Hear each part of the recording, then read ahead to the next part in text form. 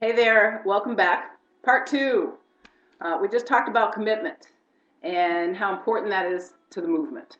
I want to talk about where we started and all the changes that have been made since then and where I plan to steer this movement in the future. All right. When I started the Black Doll Affair, it was a very simple mission: be a doll, give a doll. And I think from a mission point of view, it should always remain be a doll, give a doll. But as we evolved, I wanted more. I wanted us to not just donate those dolls to little girls, because what we started to recognize in the doll deliveries was that there was a dysfunction with the mothers who were babysitting the little girls. And so I wanted to evolve into, okay, these moms are just little girls that grew up, and how do we help them?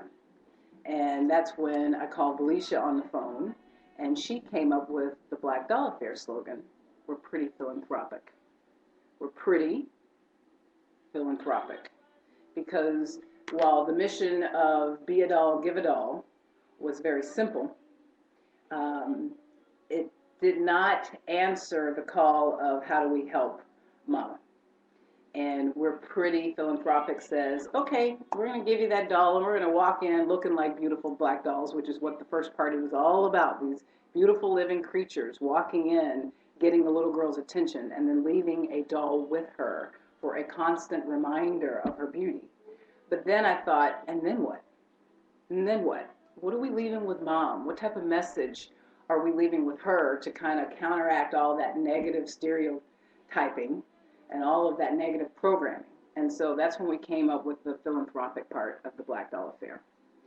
And as I look at our slogans and we come upon our fourth year,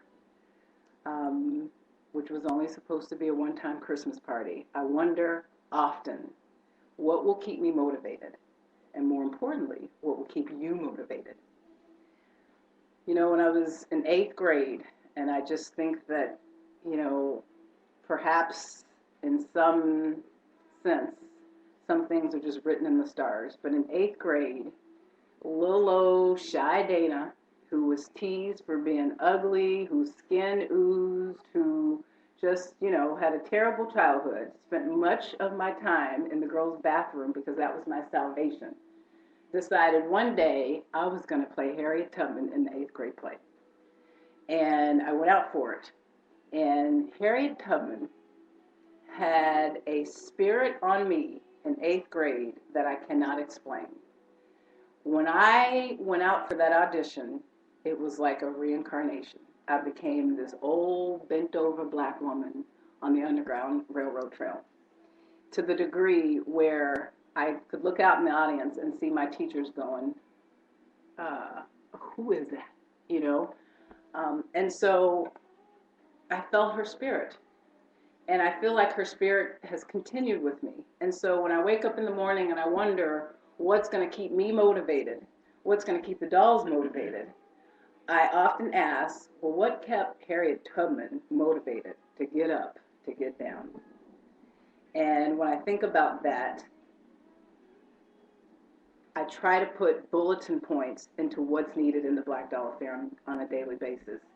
And when I think about Harriet's movement, where she put her life on the line, where people who wanted to help her mission put their lives on the line, I thought, well, why would they do that? And that's because they believed in something. They believed in her, and they believed in freedom. And so that is what motivates me every day. Believing in myself and my mission, and believing that reminding a black girl of her beauty is freedom. And I have to believe that that is why you all are with me. There are some, as London would say, ride or die dolls. And that doesn't discount dolls who don't have the same amount of time to give. But there are some ride or die dolls. Same way Harriet had people in her movement that would, white people, who would open their doors to a group of black people at 2 in the morning, risking their lives, their family's safety for the movement. And so I have to keep in mind that we're all joined because we like the message of the movement. But in order for us to keep going, like Lauren, who embraces the spirit of commitment, we got to be committed to the cause. And that is really what this year's address is about. How do we stay committed to BDA's mission of reminding a black girl of her beauty and increasing her self-esteem? And I think the best way to do that is to just every day ask yourself, why did I join the Black Dollar Fair? And let's talk about that. Why did you join the Black Dollar Fair? You know, we have some people that join because, oh my God, there's a mouse in my house. Oh my God, I just saw it over there. Oh my God, there's a mouse in my house.